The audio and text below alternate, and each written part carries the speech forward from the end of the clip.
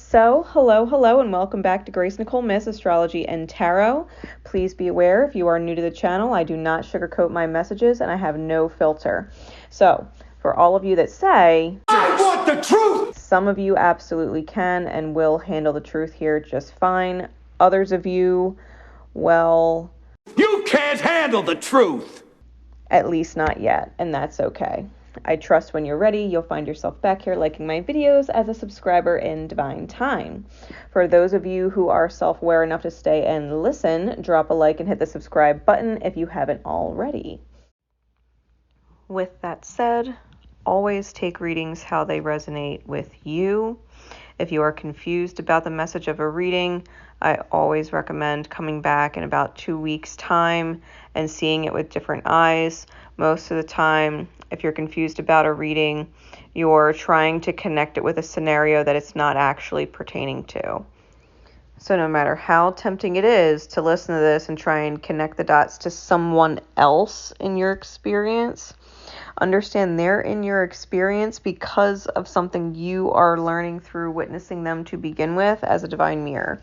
So no matter how tempting it is to connect it to someone else, know that I am always reading it to help you better understand yourself and your own healing. Also know, if you look at the image, it represents the 12 houses of your birth chart. Okay, so we all have all of them. If I note certain astrological signs or planets, it's either because that is what is specifically healing in your chart right now or is being recognized in the reading as the area that is healing, or it is being aspected by the different things going on in the current cosmos that's bringing it up.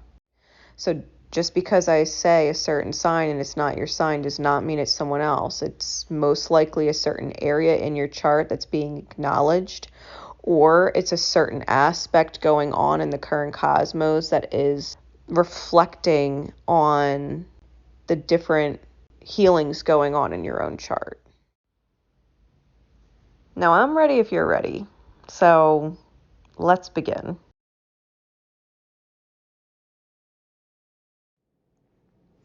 Okay, so these are the full moon in Leo highest good secret codename readings. These readings are purchased by individuals through my Etsy shop and are their personal readings. However, if you are drawn to a secret codename, chances are there's a message in it for you. This is secret codename Pink Sunset. If you'd ever like your own secret codename, the link to my Etsy is in the description below. Today, I am using my White Light Oracle for guidance, and then I pulled a major arcana as a further understanding of that guidance, and then used the remainder of the deck to get some additional insights for you from the Patch Tarot. All right, so secret codename Pink Sunset. I'm going to go over the guidance with you first so that you understand why the cards are the way they are. All right. Your card from the White Light Oracle was Garuda Suparna. Garuda Suparna cultivates confidence in yourself. You have the inner spiritual power to deal wisely and effectively with any situation. Don't allow anyone to take advantage of your kind nature. Reflect upon what action feels best for you to take, and then follow through with decisiveness.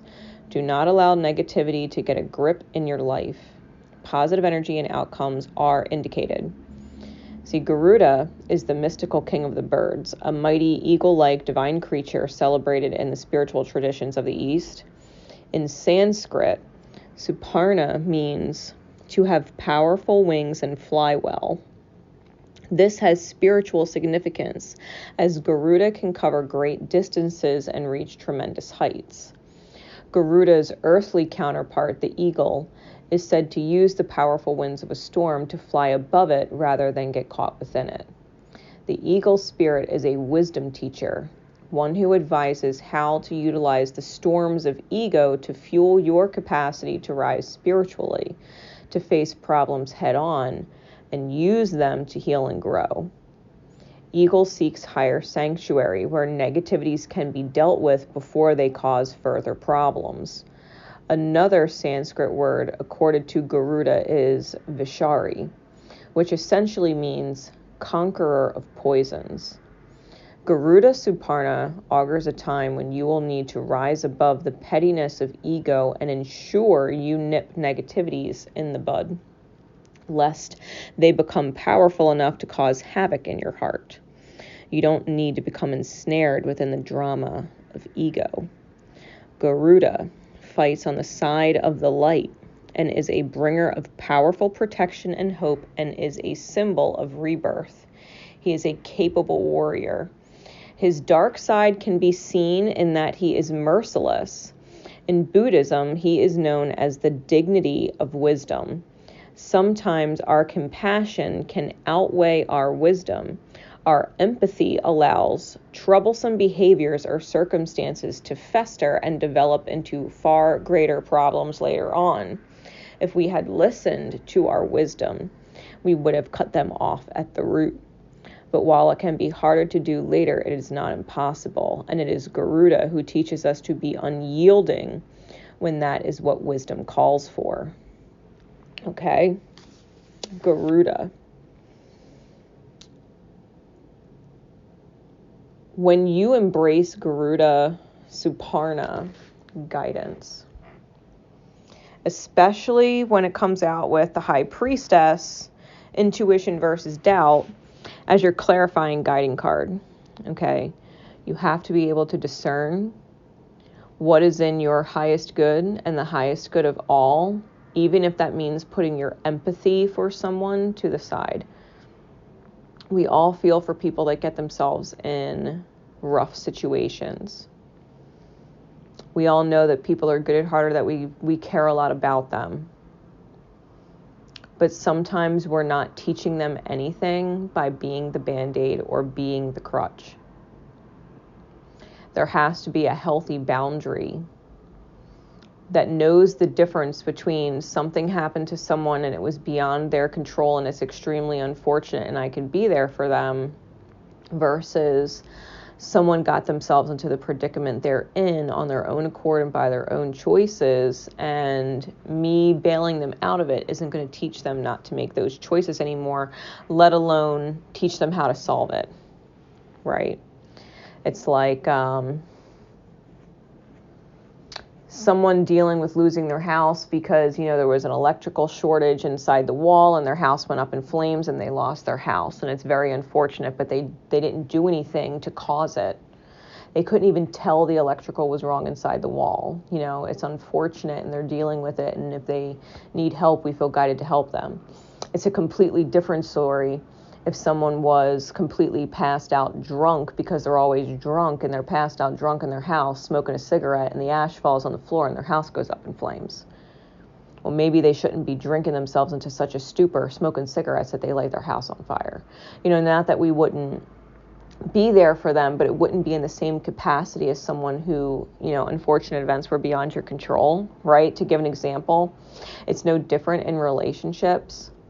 Like maybe there was a partner in a relationship, like let's just say your friends or whatever. Like it's unfortunate if your friend is like the best partner in the whole world, and it just so happens they're with a partner who, unbeknownst to them, was doing some really shady things on the side, leading a double life, and no one would have ever in a million years thought until they got caught. Versus someone who has chosen to stay in a blatantly toxic relationship for years and won't get themselves out of it and is going through a hard time. You're more likely to spend a good deal of time consoling the friend who was in a relationship where no one in a million years would have thought that the relationship was toxic, versus consoling someone consistently who's chosen to stay in a blatantly, obviously toxic relationship for years. There's a difference. Wisdom coming from Garuda Suparna asks you to keep your empathy in check, because when people are the source of their own problems, we cannot be the solution. If people are the source of their own problems, then they need to be the solution for their own problems. You follow me? So, getting into the cards. We have the Nine of Wands clarified by the Princess of Discs, The Prince of Wands clarified by the Prince of Discs. The Six of Wands clarified by the Ace of Wands. And the Seven of Discs clarified by the Two of Swords. This starts with endurance and transmute versus debase and sloth. When it comes to your own life and in your own mirror, these lessons that you're learning aren't just about how to discern with other people, but to know when to ask for help and when not to ask for help because something was beyond your control, honestly and truly, or something was created of your own cause and own making. Like if you got yourself into a mess and you know it, then you have to get yourself out of it. You have to get yourself out of it. If people offer to help you, that's one thing, but to go seeking it is another. You have to be able to come up with your own solutions. If you have a shopping problem and your bills aren't getting paid, and it's because you got an addiction to fucking clothes or Victoria's Secret or whatever the fuck, or you're like one of those, app gamers, it's like, well, if you weren't blowing all your money on stuff that didn't matter, then you'd have enough money for the stuff that does matter, The Nine of Wands clarified by the Princess of Discs. This is about you knowing that no matter how much spiritual pressure you're under to do better, that you can choose to seize opportunities and do better versus being in a mindset of almost laziness that anything you do doesn't matter and debasing your value, right? That you would purposefully say what I do doesn't matter so that you don't have to actually make the attempts.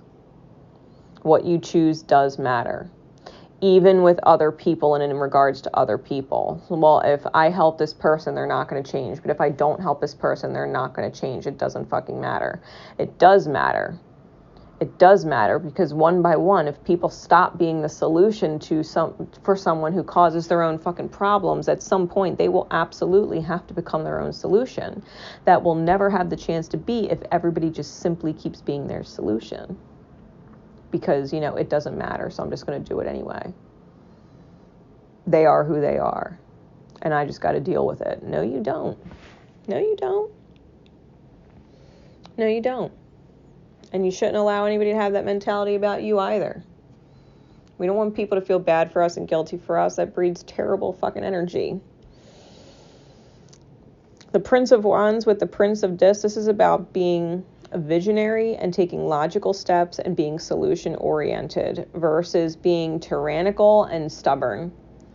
Being pissed off at people because they don't help you when you're not actually helping yourself, right?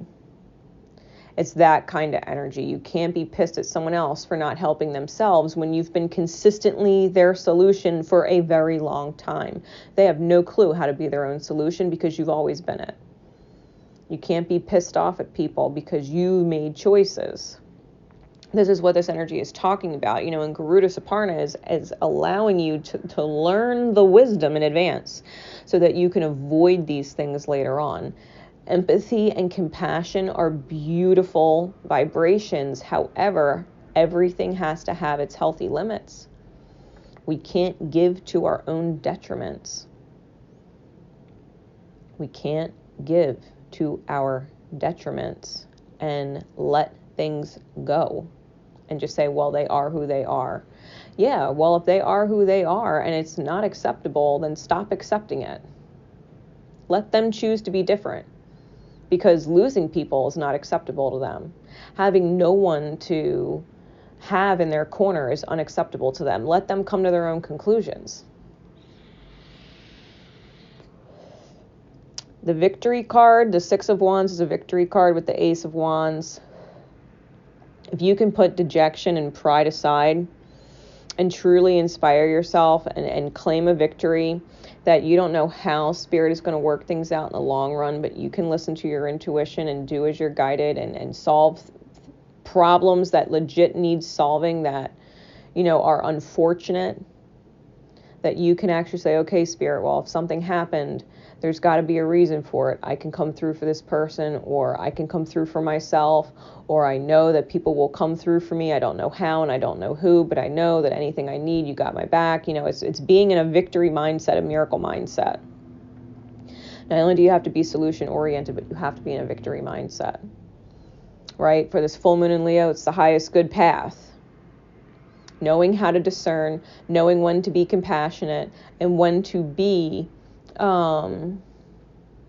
wise. When to be compassionate and when to be wise. The Seven of Discs and the Two of Swords really pulls into question for you what you're investing in. Are you investing in worry? Are you resigning yourself to worry? Or are you investing in your peace? Or are you investing in your peace? Because if you can't come up with a good solution, then none of the solutions are for you to come up with. If none of the solutions are a fuck yeah and they're all a fuck no, then it's not your job to come up with the solution. It's someone else's.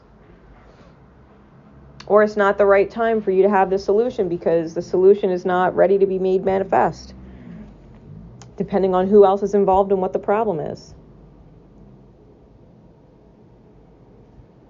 That's the way it works. You could be talking to someone and they could have a serious fucking problem. And if you can't come up with a viable solution that feels great, then it is not your job to come up with the solution. It's someone else's. It's probably theirs. It's probably theirs. Or they're going to find someone else who is more capable of solving it than you are, without it being a detriment to them like it would be to you. So it's great to be compassionate and empathic. But you need to know when wisdom truly needs to kick in order to avoid harsher problems, because we can absolutely be empathic and compassionate to a detriment. We absolutely can. There is always a plus and a down to everything, a light and a dark to everything. And we have to know when to set healthy boundaries with people and not make other people's problems our problems, especially when they keep choosing their own problem. So, pink sunset, I have faith that this will help put things in perspective for you and your highest good. I thank you so much for being a part of this event. Know that all reviews left in my shop are greatly appreciated. My love and support are with you always. Remember to love each other, but most importantly, love yourself. Take care.